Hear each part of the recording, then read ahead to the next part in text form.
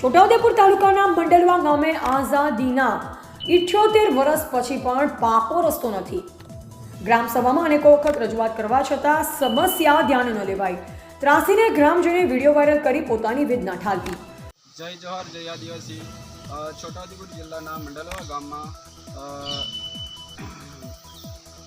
સીમોડા ફળિયામાં હજુ સુધી રસ્તો બન્યો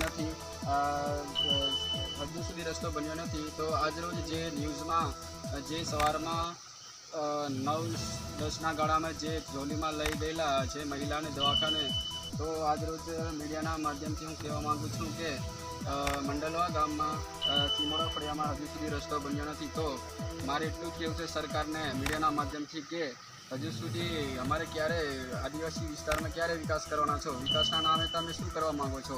હજુ સુધી અમારે આરસીસી નથી બન્યો. અમારે બહુ દવાખાનામાં લઈ જવાનું હોય, કોઈ મહિલાને ડિલિવરી પર લઈ જવાનું હોય તો બહુ તકલીફ પડે છે. તો અમે આઝાદીના 78 વર્ષ થઈ ગયા, પણ હજુ સુધી અમારા મંડલવા ગામમાં સીમોડા ફળિયામાં હજુ સુધી રસ્તો બન્યો જ નથી. તો અમે સરકારને રજૂઆત કરવા માગીએ છીએ કે તાત્કાલિક ધોરણે અમારે આ રસ્તો બનાવી આપવામાં આવે.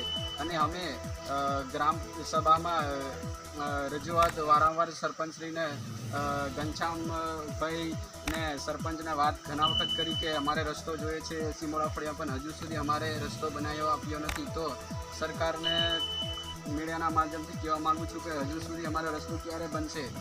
સરપંચને વારંવાર રજૂઆત કરવા છતાં હજુ સુધી અમારે રસ્તો બન્યો નથી. તો